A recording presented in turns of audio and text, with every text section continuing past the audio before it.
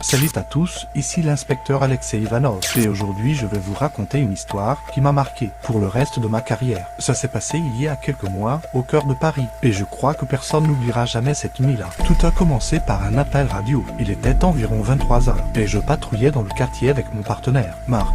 Inspecteur Ivanov, ici le central. On a un homicide signalé dans une ruelle du Marais. Vous êtes les plus proches, vous pouvez vous en charger? On s'est regardé, Marc et moi, et on a su que ça n'allait pas être une nuit comme les autres. En arrivant sur les lieux, l'air était lourd, presque palpable. La ruelle était plongée dans l'obscurité, à peine éclairée par quelques lampadaires vacillants. Le corps d'une femme gisait sur le sol, entouré de taches sombres. C'était un spectacle macabre, même pour des policiers chevronnés comme nous. Marc, couvre-moi, je vais jeter un œil de plus près, ai-je dit en m'approchant du corps. La victime semblait être dans la trentaine, bien habillée, mais ses affaires étaient éparpillées autour d'elle, comme si elle s'était débattue. Quelqu'un a vraiment voulu qu'elle souffre, ai-je murmuré en examinant les blessures. C'est à ce moment-là que j'ai senti un frisson me parcourir. Il y avait quelque chose de bizarre, quelque chose que je n'arrivais pas à mettre en mots. Regarde ça, Alexei, m'a dit Marc en tenant un petit carnet noir trouvé près du corps. En feuilletant rapidement, j'ai remarqué des pages remplies de notes et de symboles étranges. Ce carnet semblait important.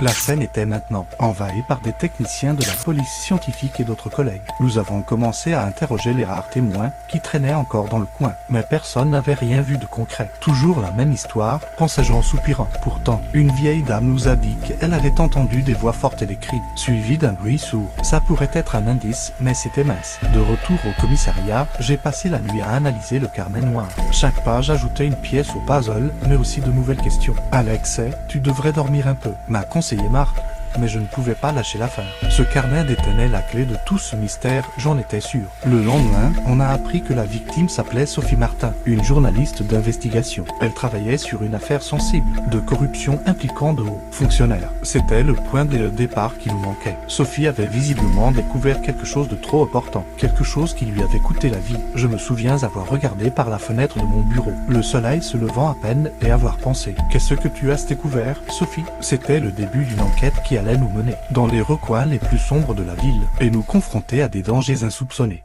Alors que nous creusions plus profondément, nous avons découvert que les symboles dans le carnet étaient en réalité des codes pour des transactions illégales. Sophie avait réussi à infiltrer un réseau de corruption très bien structuré. Plus nous avancions, plus nous réalisions à quel point ces réseaux étaient puissants. C'est là que les choses ont vraiment commencé à devenir dangereuses. Des menaces ont commencé à affluer. Des voitures suspectes suivaient nos déplacements. Et des coups de téléphone anonymes nous mettaient en garde de lâcher l'affaire. Mais je n'étais pas du genre à abandonner. Surtout pas quand il s'agissait de rendre justice à Sophie. Finalement, nous avons réussi à remonter jusqu'au cerveau de l'opération. Un homme influent dans les hautes sphères du pouvoir, avec des preuves solides en main. Nous avons lancé une opération coup de poing pour l'arrêter. Cette nuit-là, en le voyant menotter et emmener, j'ai su que nous avions fait la différence. Rendre justice à Sophie n'a pas ramené la paix immédiatement, mais cela a été un pas significatif contre la corruption. Et à chaque fois que je pense à cette enquête, je me rappelle pourquoi j'ai choisi ce métier. Merci de m'avoir écouté.